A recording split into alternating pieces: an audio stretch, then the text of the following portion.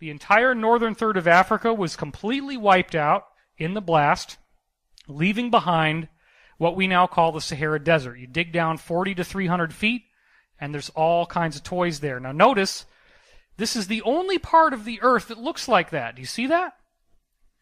It's this big, huge desert. Like everything else has been undisturbed, and probably if you waited another 500,000 years or something, it's going to come back. But this is only about, we estimate, based on multiple insiders I've talked to and trying to thread it with what was said in the Edgar Cayce readings and what was said in the Law of One, it appears that this happened 50,000 years ago.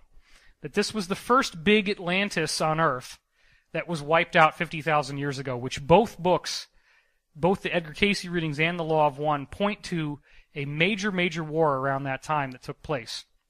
As I said, the highlands of the original civilization was Egypt, and so they then built out stuff over what was originally there. So the Sphinx appears to be a recarving of an older monument, and the Great Pyramid is built on a big, big ridge of rock underneath. So as I said before, there's tons of technological artifacts under there, 30 to 400. I have to change that data based on new information.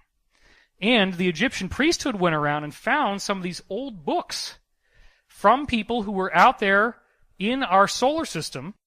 So what we find out is that the Library of Alexandria in Egypt was the storehouse for all these archaeological expeditions they were doing, finding these books that were made out of pages of almost unbreakable material, like made out of something like Kevlar.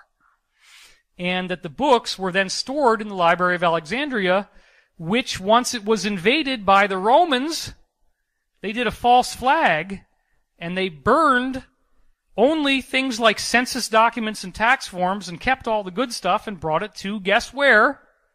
The Vatican Library.